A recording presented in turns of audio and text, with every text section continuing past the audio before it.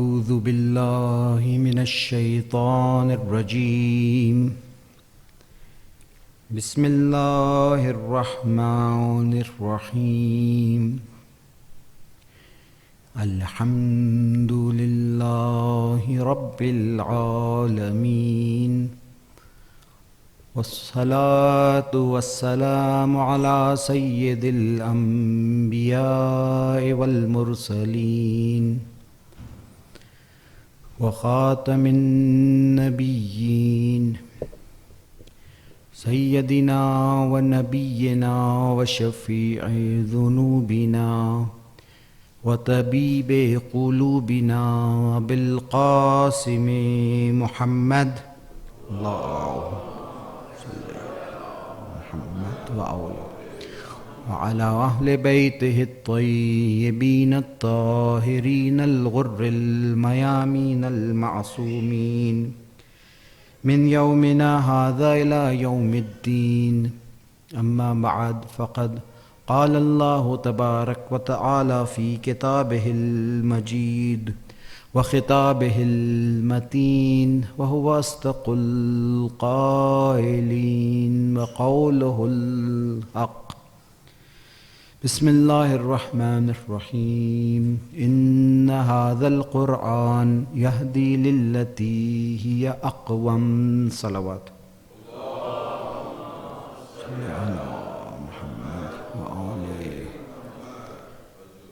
God created mankind so that he could reach its perfection.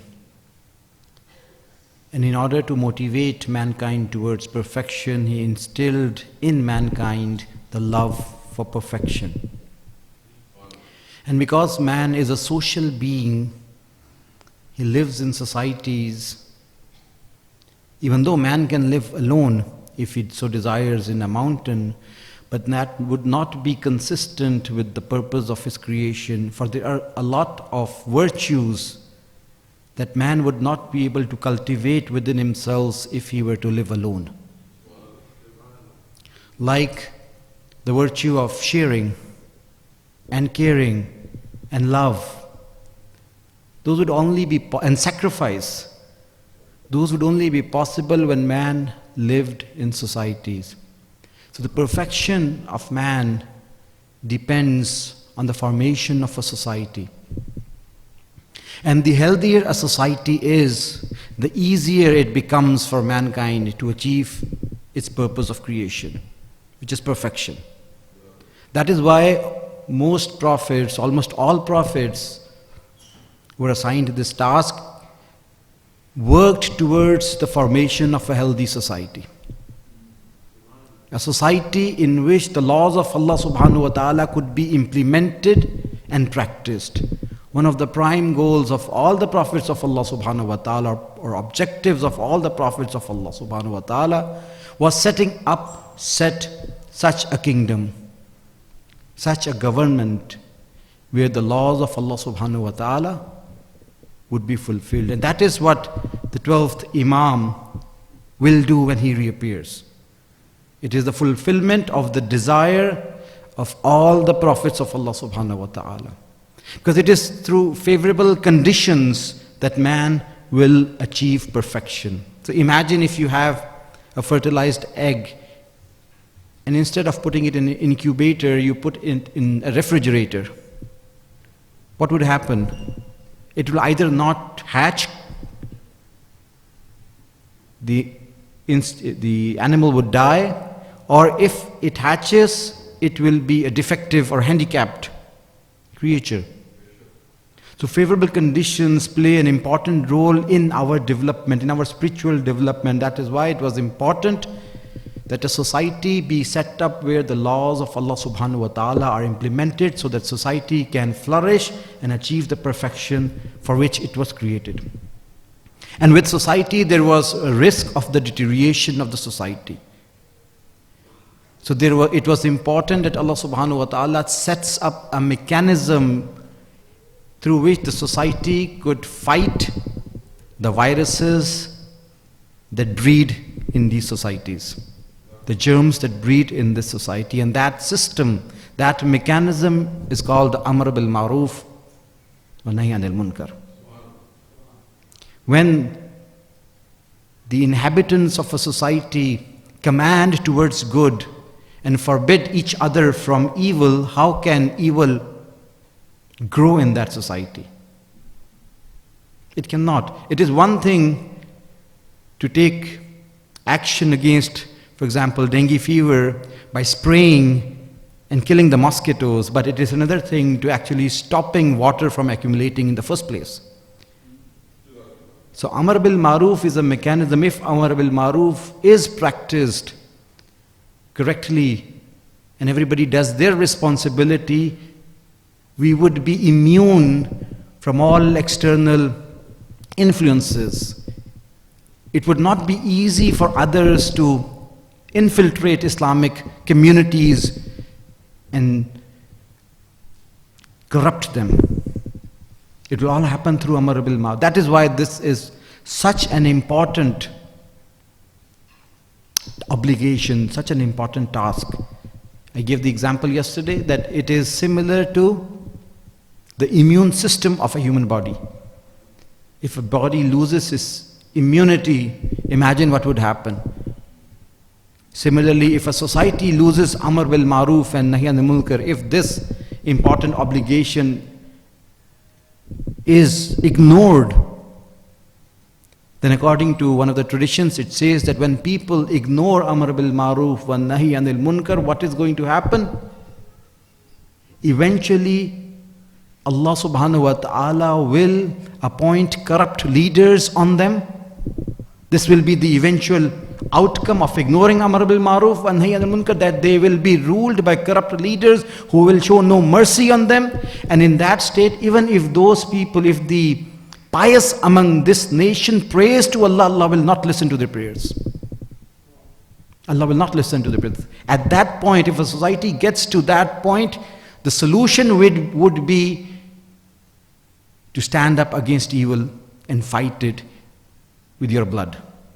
So before a system gets to that state, it is important that we all fulfill our responsibility. Another example, if you want to compare Amr bil Ma'ruf, would be to that of taqwa. What does taqwa do to an individual? It protects him. How do you define taqwa? What is taqwa? How do you translate that? Taqwa is generally translated as fear of Allah, reliance on Allah. A better translation for that would be tawakkul. Reliance would be tawakkul. Taqwa is translated as fear of Allah. But is Allah something to be feared? Why should one fear Allah subhanahu wa ta'ala? Allah is the most beautiful being. Why should one fear? He is the most perfect being, most lovable, most admirable, most desirable being. So why should one fear Allah subhanahu wa ta'ala? He is not something to be feared, and he should not be feared. So why do we say fear Allah subhanahu wa ta'ala? We get the answer in Dua Joshan-e-Kabir. For those who paid attention to this translation, it says, وَلَا يُخَافُ إِلَّا عَدْلُهُ. He is not feared except for his adl. It is his adl that we fear, not Allah subhanahu wa ta'ala. وَلَا يُرْجَى إِلَّا فَضْلُهُ. And he is not hoped except for his fazl. So it is his fear, it is his adl that we fear. And it is his fazl that we hope. That is why we have this dua, Amilna bi fazlik. O Allah subhanahu wa ta'ala, deal with us with your fazl, wala tu'amilna bi adlik. Do not deal with us with your adl, because if he deals us with his adl, we stand no chance. Amilna bi fazlik, wala tu'amilna bi adlik. The same question still stands. Should we fear the adl of Allah subhanahu wa ta'ala? Adl is a good thing. Adl is a desirable thing. We should not fear the adl of Allah subhanahu wa ta'ala. So why do we fear the adl of Allah subhanahu wa ta'ala? It is not the fear of the adl of Allah subhanahu wa ta'ala, it is the fear of the outcome of our actions if adl is exercised. So we are afraid of the outcomes of our own actions. So taqwa is that inner force that protects us, that prevents us from sinning. That is called taqwa. And taqwa is one of the conditions for our ibadat to be accepted by Allah subhanahu wa ta'ala.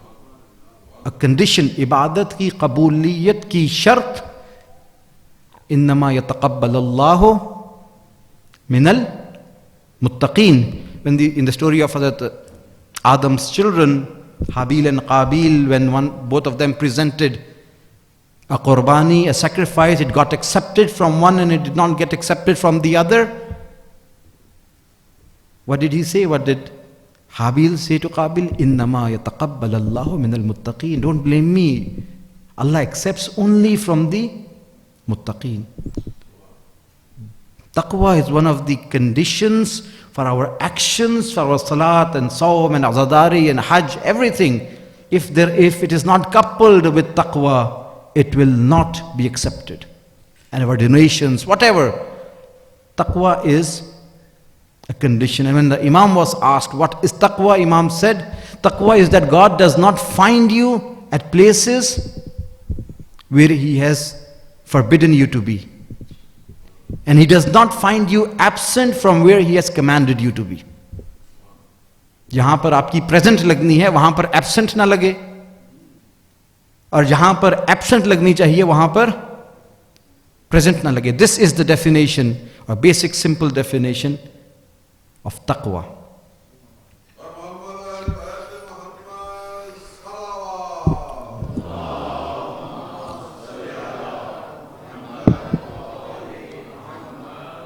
And you must have heard that story, and for those, the youth who might not have heard this before, it's important that it gets repeated. In the time of Imam Sadiq alayhi salatu wassalam,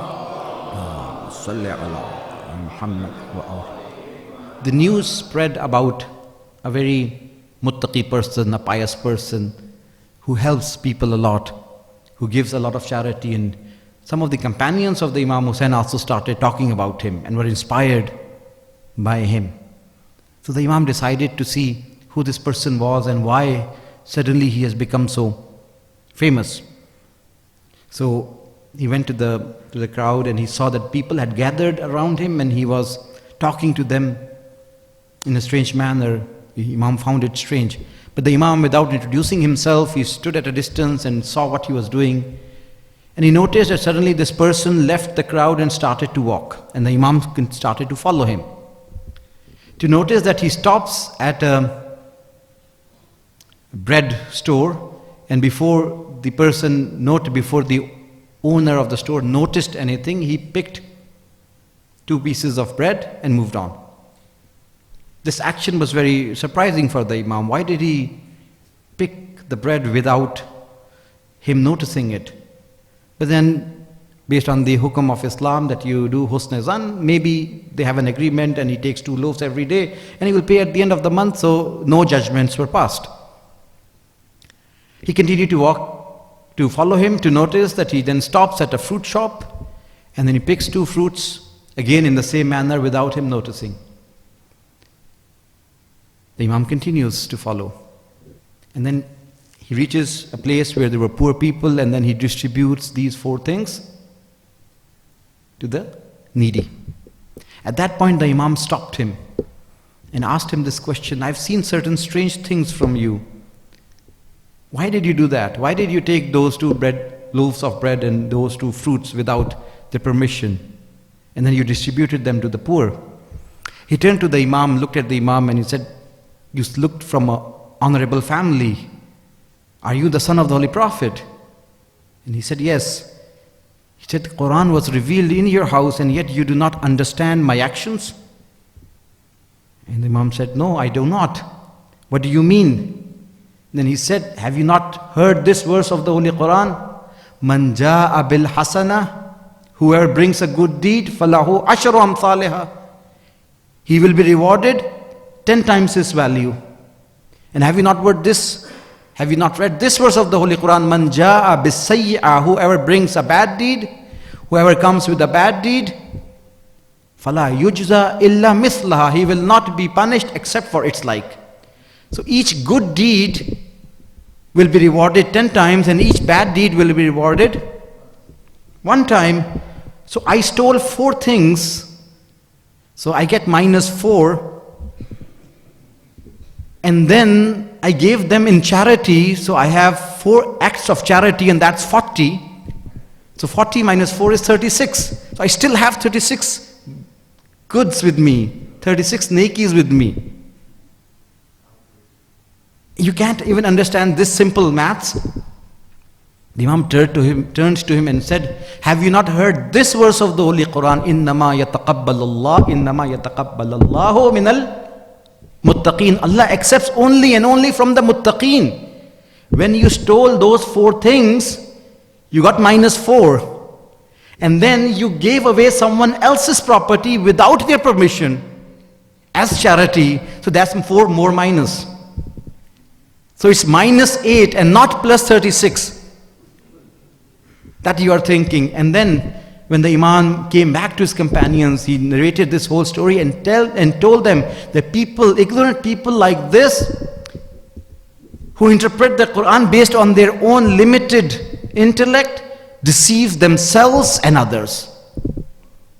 So taqwa is the condition of the acceptance of our actions. The same role that taqwa plays in our individual lives is played by Amr bil Ma'ruf wa Nahi anil Munkar in a society.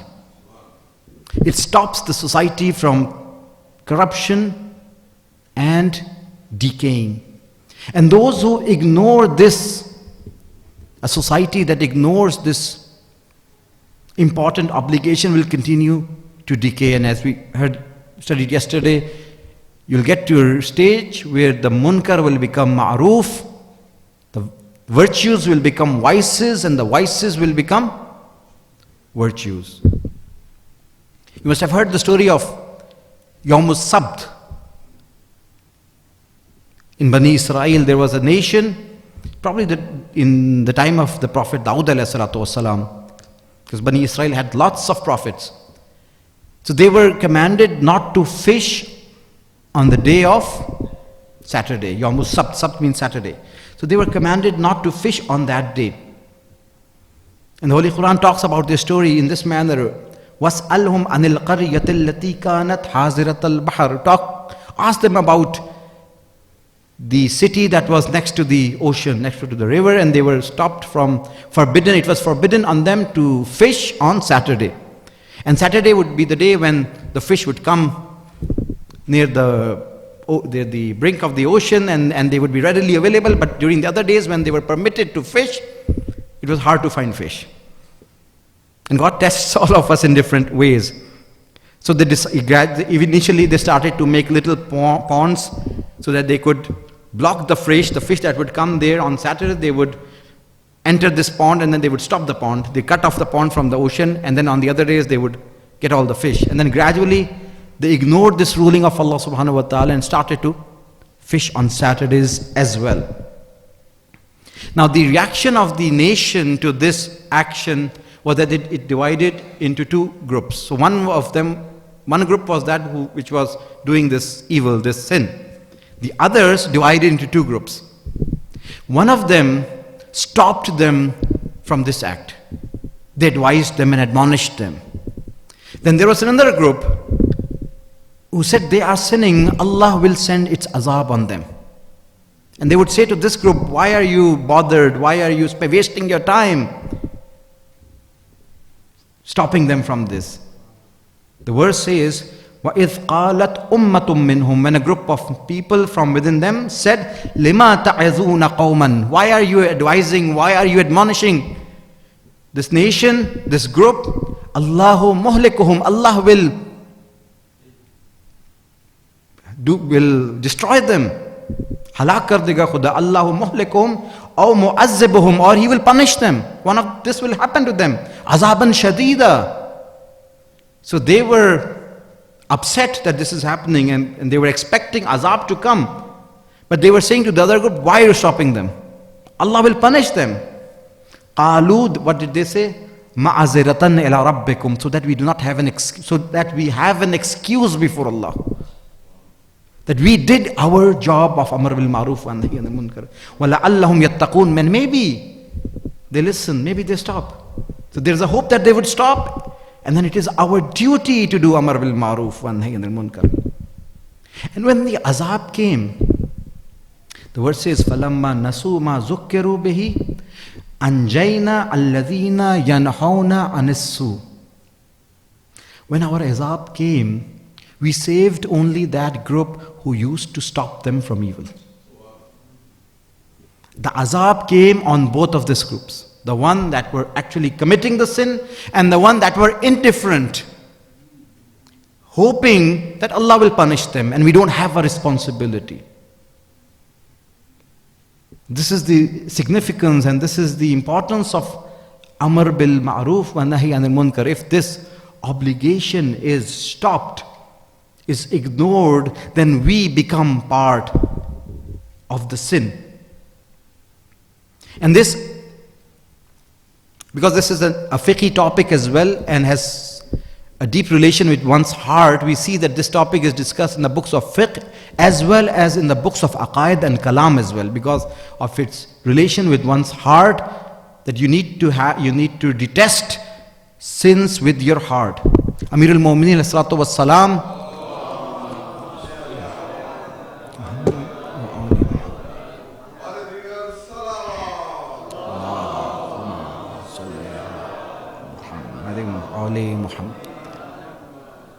in a statement says, Ayyuhal mu'minun, O mu'mins, innahu man ra'a udwanan yu'mal bihi wa munkaran yud'a ilayh. Whoever sees an evil act and people being invited towards an evil act, fa'ankarahu biqalbihi, and detests it in his heart, faqad salima wa bari'a, he is safe. He is safe. وَمَنْ أَنْكَرَهُ بِاللِّسَانِهِ, and whoever stops it, whoever detests it with his lisan, with his tongue, فَقَدْ أُجِرَ, he will be rewarded. وَهُوَ أَفْضَلُ مِنْ صَاحِبِهِ, and he is better than the other group. So this is the second level of Amr bil Ma'ruf.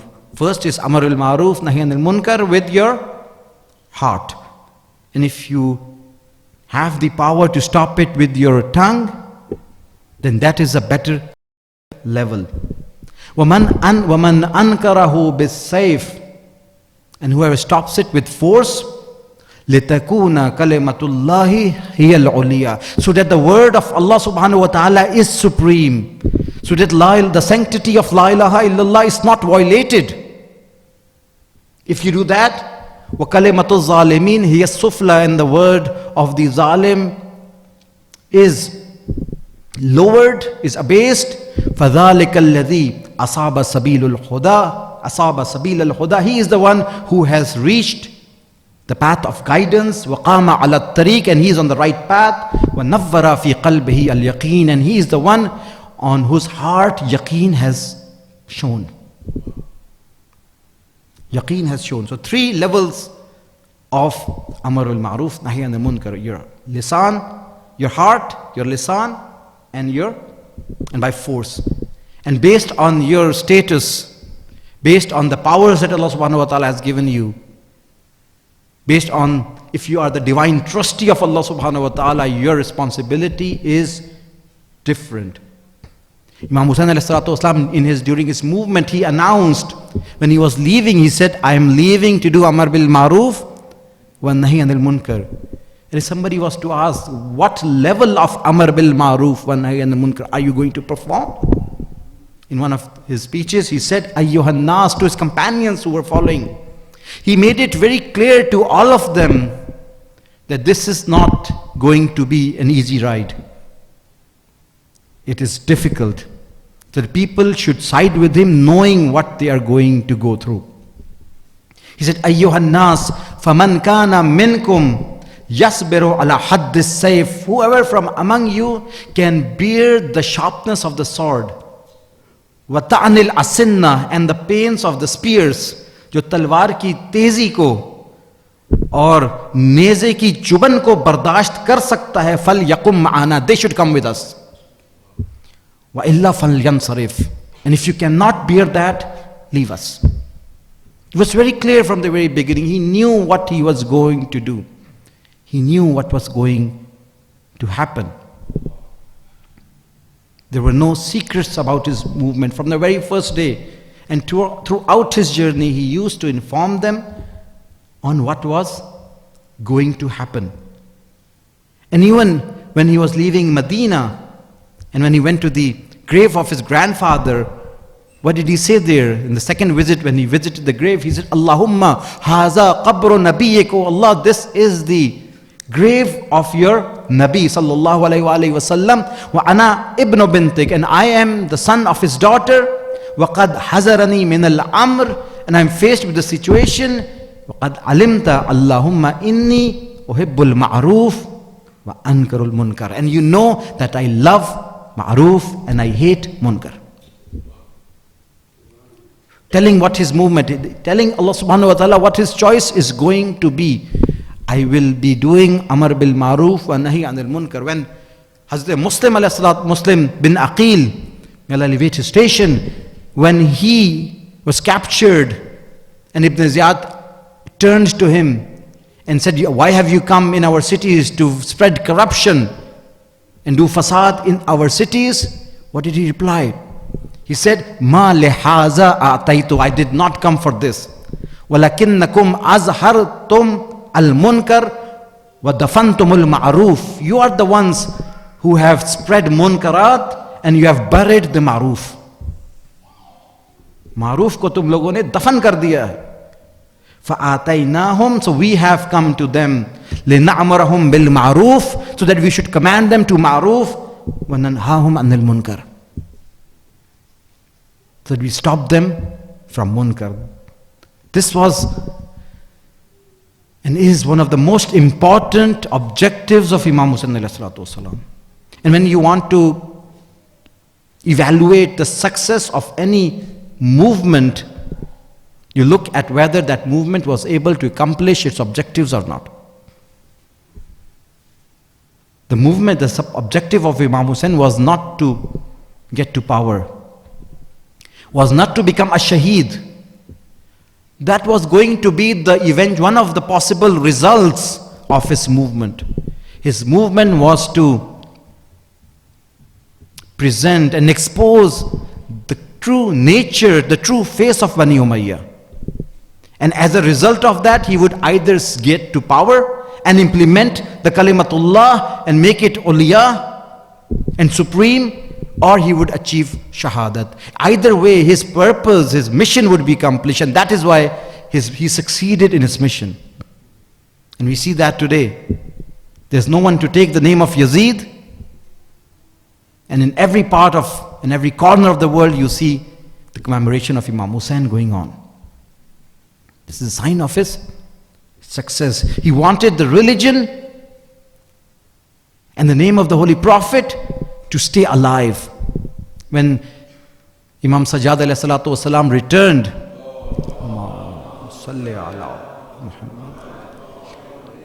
to Medina, a person came to him and asked, Man ghulib? So who won? Who won? And what did Imam reply?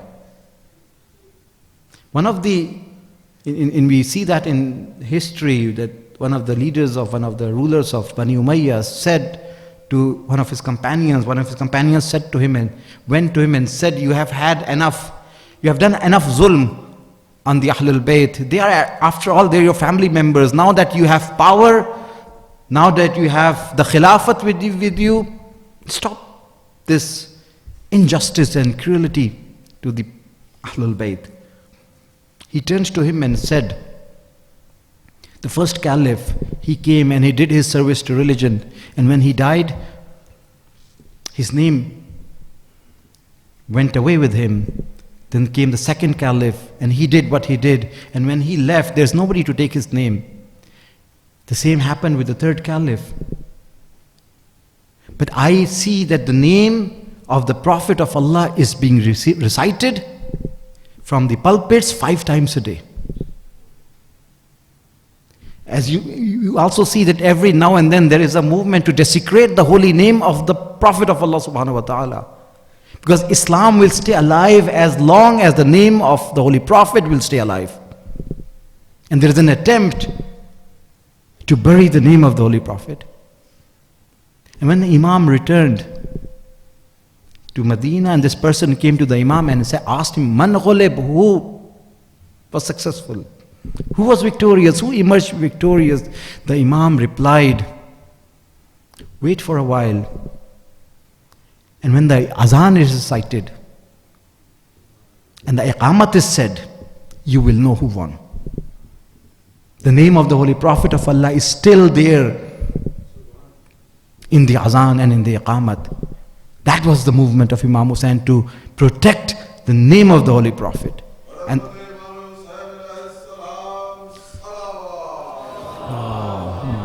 Salli ala Muhammadin wa ali Muhammad. To protect the name and the teachings of the Holy Prophet. One of the examples, and inshallah we'll move to Masayib, one of the examples of Amar bil Ma'ruf wa Nahi anil Munkar in the life of Imam Hussain alayhi salatu wasalam. We generally hear about his bravery and his courage after Yazid took over. There are instances, and lots of them, based on how much has been recorded, there are enough instances to show his bravery and courage during the time when Yazid had not taken power. Muawiyah, the ruler of Sham, wrote a letter to Marwan, the ruler of Medina, with this request. As you know, there were efforts being made to make arrangements for Yazid to become the caliph.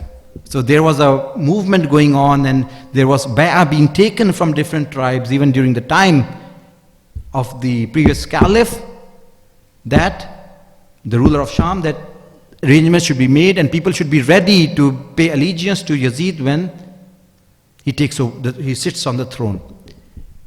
And probably one of the attempts was to establish a relationship with the family of the household. So he sent a letter to Marwan saying that I want you to ask the hand of Kulthum, the daughter of Abdullah ibn Ja'far, for my son Yazid.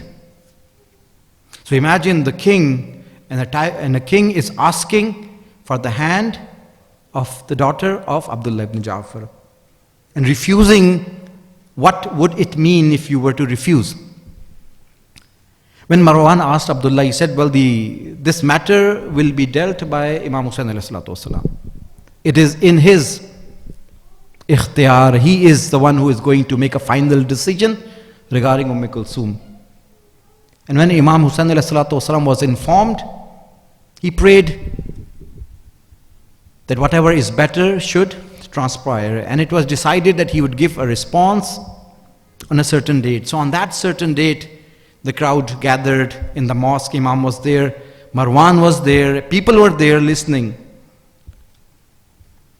And this is what Marwan said. And I would like you to notice, I won't discuss and go into a lot of detail, I'll just read the incident, and I want you to notice the courage and bravery and how Imam ﷺ defended religion and expressed his opinions. He said, O Imam Hussain alayhi salatu wasalam, Amirul Mu'mineen has ordered me to seek Kulthum's hand for Yazid and assign a mahriya for her according to her father's wishes, however high it might be, whatever they want. It's a blank check.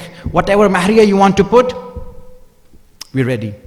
Plus, along with the friendship between the tribes of Bani Umayyah and Bani Hashim, there will be friendship will be established between these two tribes, and a payment of all outstanding debt of her father. Proposal with these three conditions: whatever mahriya you want, however high it might be, friendship between these two tribes, and all outstanding debt.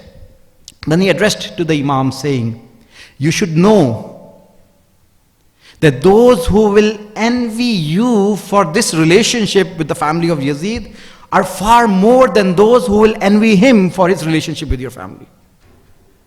This was an insult. वो लोग जो आप पर गिब्ता करेंगे कि आपका ताल्लुक किस फैमिली के साथ बन गया, वो कहीं ज्यादा हैं उनसे जो यजीद पर गिब्ता होगा उनको कि काश उसका ताल्लुक इस फैमिली के साथ हो जाए. And then he says, और मुझे हैरत है, it's really surprising for me that Yazid is assigning a mahriya. And someone like the status of Yazid has agreed to mahriya for this family. This was another insult. And then he says, whereas people seek rain from Allah by tawassul through Yazid. This is the status of this family. People will envy you more than him. I'm surprised why he has assigned a mahriya, and people seek rain from Allah subhanahu wa ta'ala through his tawassul. When he was finished, now listen to the response of the Imam and the Amr bil Maruf that he is doing and the way that he is doing. He said, Alhamdulillah alladhi ikhtarana li nafsih. All praise to Allah subhanahu wa ta'ala who chose us for himself. Wartazana li deene. And he is razi with us, he chose us or he selected us for his religion. Wastafana ala khalqih. And he chose us over all of his creation. وَأَنزَلَ عَلَيْنَا كِتَابَهُ وَوَحْيَهُ. And he revealed his book and his revelation on us. Then he swore to Allah subhanahu wa ta'ala, I swear to Allah subhanahu wa ta'ala, لَا يَنْقُصُنَا أَحَدٌ مِّنْ حَقِّنَا شَيْئًا إِلَّا انْتَقَصَهُ مِنْ حَقِّهِ فِي عَاجِلِ دُنْيَاهُ وَآخِرَتَهُ. There is not a single person who takes away anything from our haqq except that Allah takes away from their haqq in this dunya and the akhirah. जो भी हमारे हक से किसी चीज को कम करे, खुदावंद आलम दुनिया में भी और आखिरत में भी उनके हक को कम कर देता है. वला यकूनु अलैना दौलतुन इल्ला कानत लना al-aqibah. And whoever has a temporary rule over us should know that the eventual akhirah, the aqibat, belongs to us, and they will surely know it after a short time, that we will prevail. And then he responded. So after introducing his family, he responds, Ya Marwan, qad qulta fasami'na. You said what you wanted to say, and I've heard what you said. And then one by one, he addresses him, his points. He says, Amma qawluka, what when you said, Mahruha hukmu abiha balighan ma balag, that the mahr will be whatever his father appoints, however high it might be. Fala amri, I swear to my life, لو أردنا ذلك ما عدونا سنة رسول الله في بناتنا ونسائه وأهل بيته وهو 12 أوقية. If we were to do that, we will not exceed the mahriya that the Holy Prophet used to appoint. We will not exceed the mahriya that the Holy Prophet appointed for his daughters and his women and his children and the Ahlul Bayt, which is 480 dirhams. In which if you calculate based on the weight of dirham, it comes out to around $700 based on last year or 2 years calculation. So the rates might change today. Then he says, وَأَمَّا قَوْلُكَ, and your statement, مَعَ قَضَاءِ دَيْنِ أَبِيهِ, that we will pay the all outstanding debt of her father. Say, فَمَتَا كُنَّ نِسَاؤُنَا يَقْضِينَ عَنَّا دُيُونَنَا. Since when did our daughters start paying off our debts? हमारी बेटियां कब से हमारे कर्जों को अदा करने लगी? وَأَمَّا الصُّلْحُ مَا بَيْنَ هَذَيْنِ الْحَيَّيْنِ, and when you talk about sulh and peace between these two tribes, Banu Umayyah and Banu Hashim, فَإِنَّا قَوْمٌ آذَيْنَاكُمْ فِي اللَّهِ وَلَمْ نَكُنْ نُصَالِحُكُمْ فِي الدُّنْيَا. We are a nation who are your enemies because of Allah subhanahu wa ta'ala. How could we make peace with you because of our dunya? हमारा झगड़ा खुदा की बिना पर है, दुनिया के मफादात की बिना पर नहीं. फलाअम्री लक़द अ'या नसब फ़कैफ़ सबब, जब हमारा खूनी रिश्ता हमारे दरमियान सुलह नहीं करा सका तो ये शादी का रिश्ता कैसे करा देगा? When nasab cannot build bridges between us, how can this rishta, this marital rishta, which is very weak?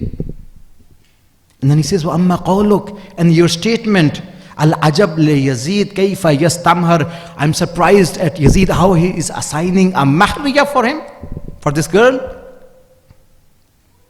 which I've understood to be his statement that Yazid is so high that people should be willing to marry him without a mahriya even. He says, فَقَدْ اسْتَمْحَرَ مَنْ هُوَ خَيْرٌ مِّنْ يَزِيدُ وَمِنْ أَبِي يَزِيدُ وَمِنْ جَدِّ يَزِيدُ. Verily, the Holy Prophet of Allah has appointed mahriya for all the women that he married, while he was better than Yazid and his father and his grandfather. Talking to this family in this manner, not fearing any consequences.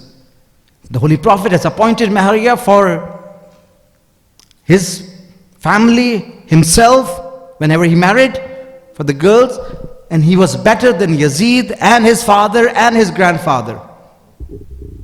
And then when you said that Yazid is one who has no kuf, who has no equals,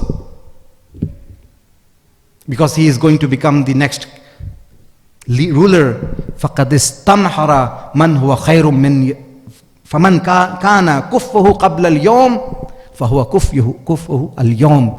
Whoever was his equal yesterday before his appointment to this position, he remains his kuf today. This station of imarat has not added to his value a single bit. इमारत ने उसकी शान में, शौकत में किसी चीज का इजाफा नहीं किया. जो उसका कुफ कल था वही उसका कुफ आज है. वअम्मा क़ौलुका बिवजहिही युस्तस्क़ल ग़माम, the people seek rain through his tawassul, well, that belongs to the Holy Prophet. It is through the wajh and status of the Holy Prophet that people seek. That you're lying. It is not through Yazid.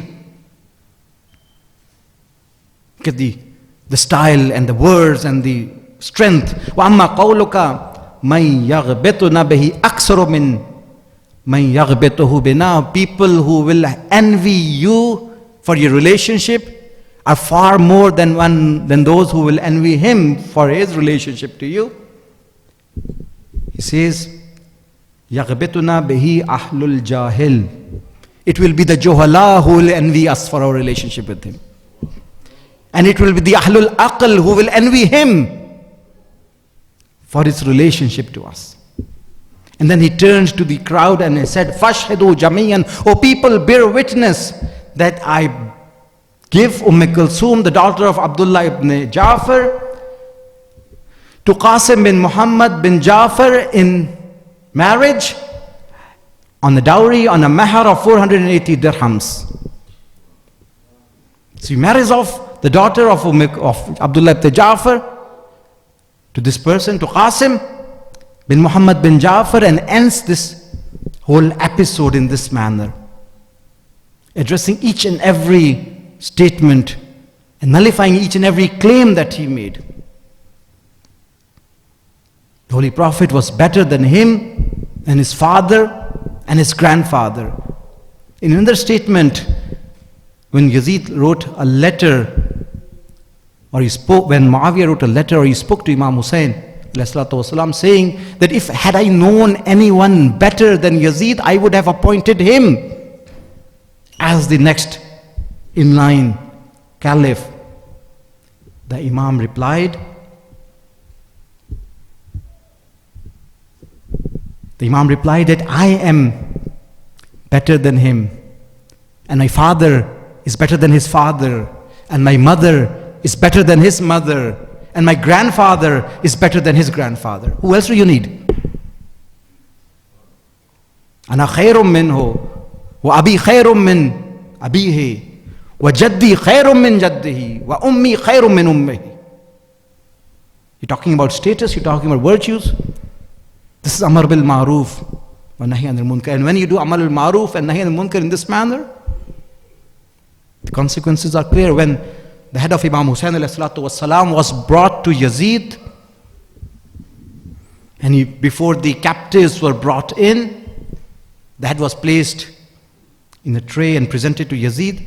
He turned to his companions and repeated this statement. He said, this is the person who used to say, I am better than Yazid. And that his father, he used to claim that his father is better than the father of Yazid.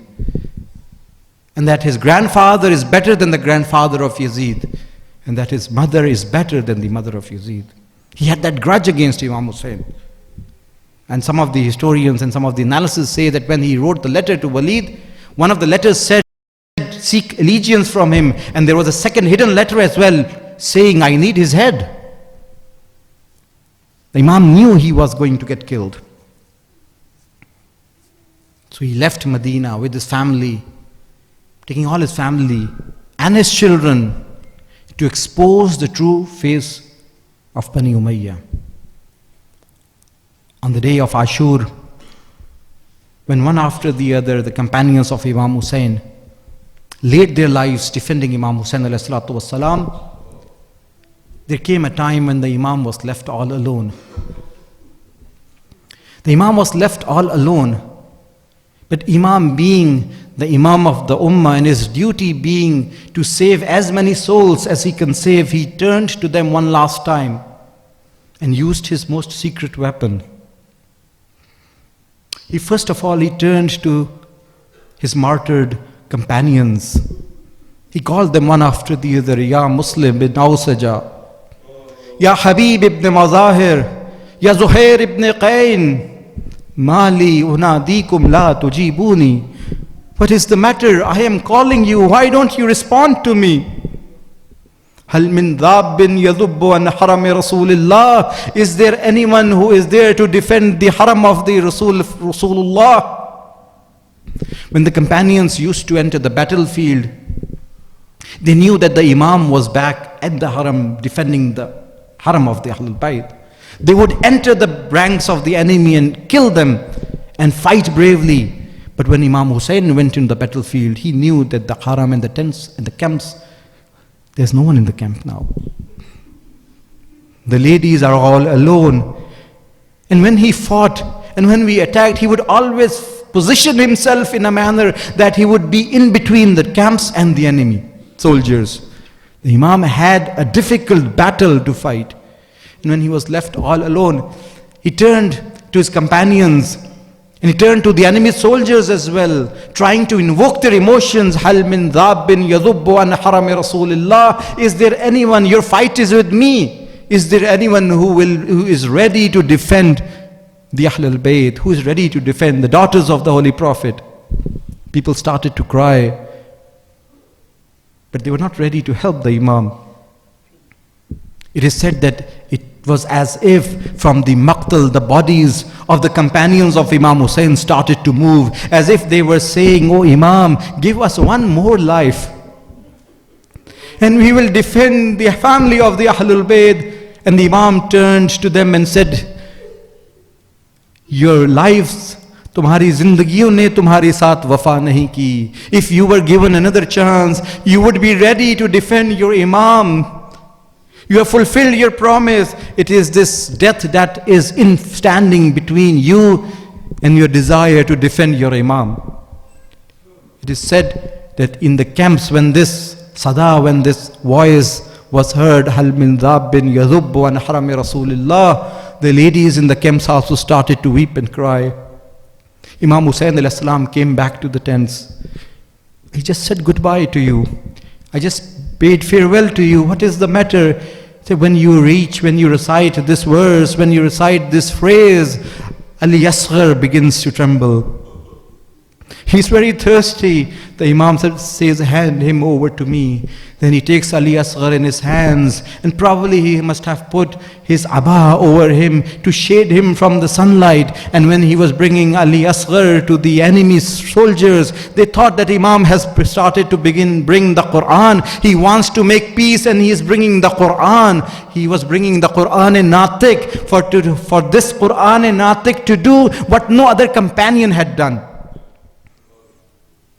He brings Ali Asghar to the battlefield, turns to the enemy and addresses them in Lam tarhamuni farhamu hazat tifl. If you have no mercy on me, if you show no mercy on me, at least have some mercy on this person, on this child. Fasquhu sharbatam min al-ma. Give him a sip of water.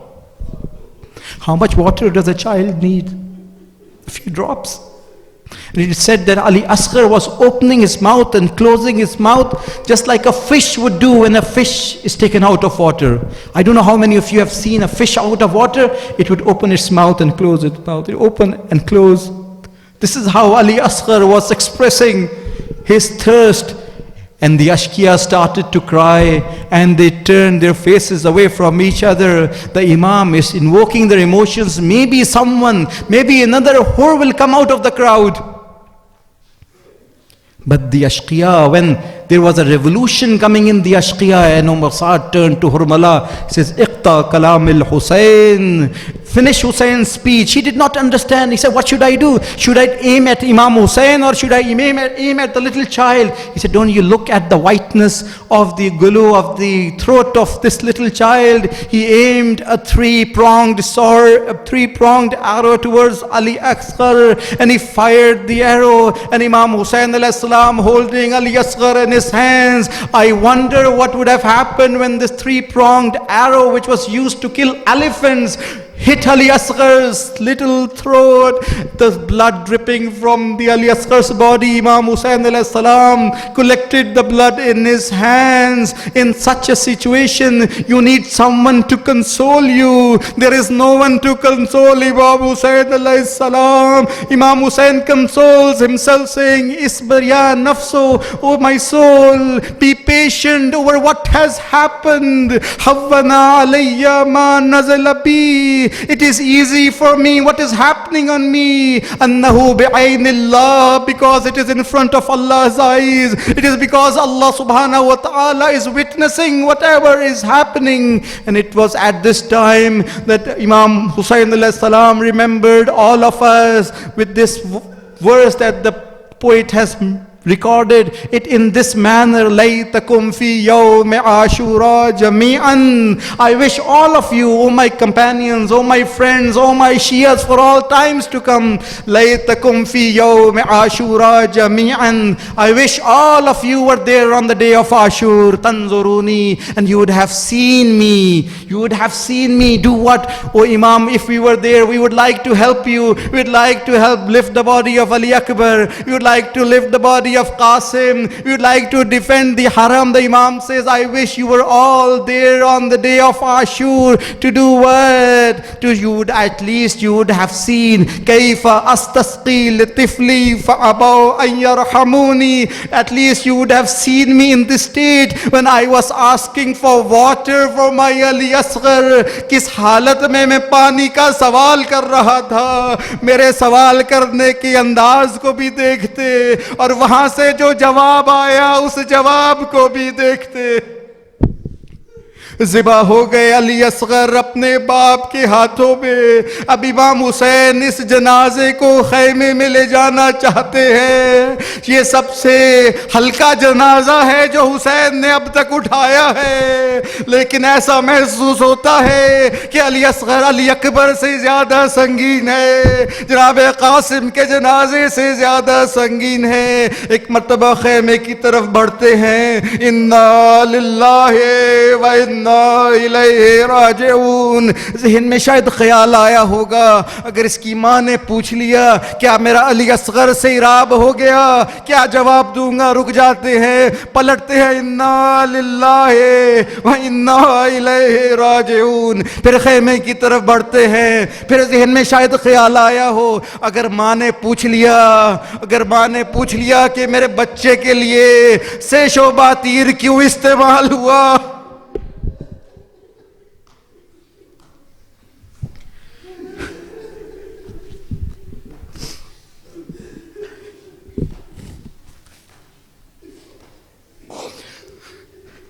Ala lanatullahi alal qawmi adh-dhalimin. Pray to Allah subhanahu wa ta'ala to accept this majlis and to grant us the tawfiq to follow in the footsteps of Imam Hussain alayhi salam and to have our majalis aligned with the movement of Imam Hussain alayhi salatu wassalam. Matame Hussain.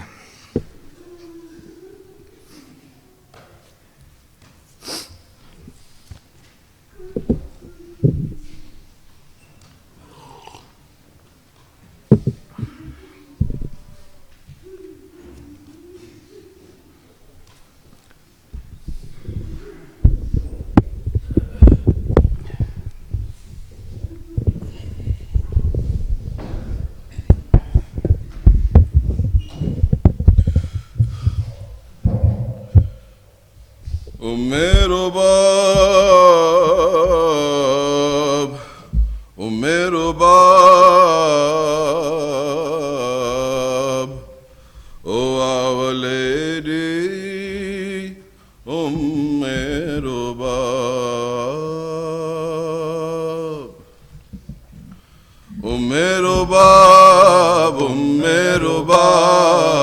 oh our lady, Umero bab, oh our lady, Umero bab. Everyone, Umero bab, oh our lady, Umero bab, Umero bab, oh our lady, Umero bab, Umero bab, oh our lady, Umero bab.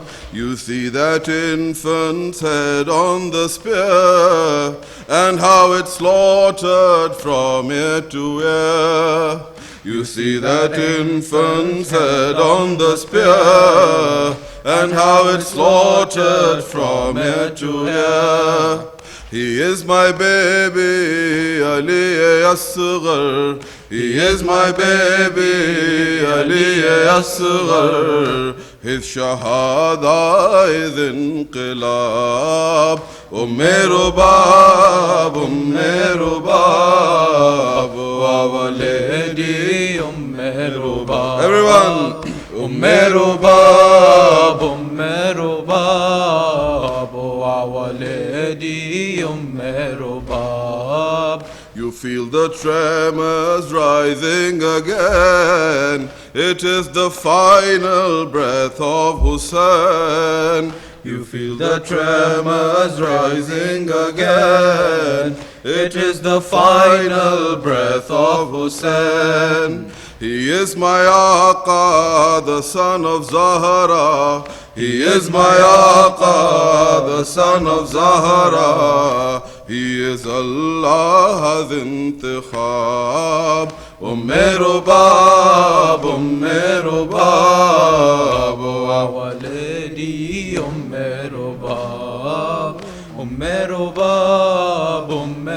bab, our lady, Umero bab. Umero bab,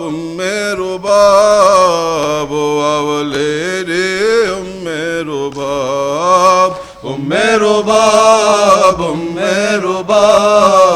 our lady, Umero bab. You hear this angel weeping alone. Her cries of Baba challenge the throne. You hear this angel weeping alone. Her cries of Baba challenge the throne. She is Sakina, my little princess. She is Sakina, my little princess. Her Sahara is Buturab. Umero bab, our lady, Umero bab. Everyone, Umero bab, our lady, Umero bab. Oh Oh, not a single moment of calm from the streets of Kufa to Sham. Oh, not a single moment of calm from the streets of Kufa to Sham. Oh, can you see us, oh our Shia? Oh, can you see us, oh our Shia? At the mercy of every mob. Oh, Mero Bab, oh Mero Bab, oh our lady, oh Mero Bab. Everyone. Mero Bab, Mero Bab, oh our lady, oh Mero Bab. You smell the fragrance of Mustafa in the tears of Zainul Ibad. You smell the fragrance of Mustafa in the tears of Zainul Ibad. With every manzil, with every moment, with every manzil, with every moment, he is aging in his shabab. Mero Bab, Mero Bab, oh our lady, Mero Bab. Mero Bab, Mero Bab, oh our lady, Mero Bab. Oh, for your noble resistance, Hussain, I would offer my 2 kids again. Oh, for your noble resistance, Hussain, I would offer my 2 kids again.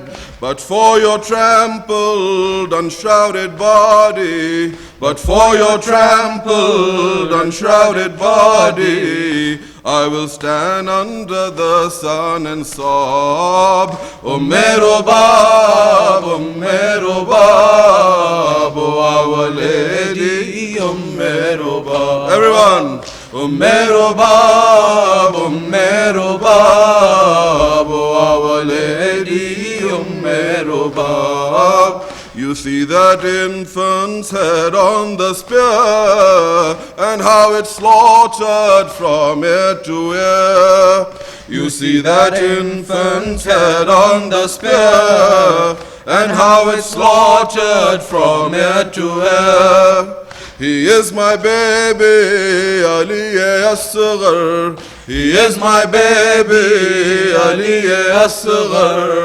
His shahada is inqilab. Mero Bab, Mero Bab, oh our lady, Mero Bab. Everyone, Mero Bab, Mero Bab, oh our lady, Mero Bab. Oh our lady, Mero Bab. Sallu ala Muhammad wa ali Muhammad.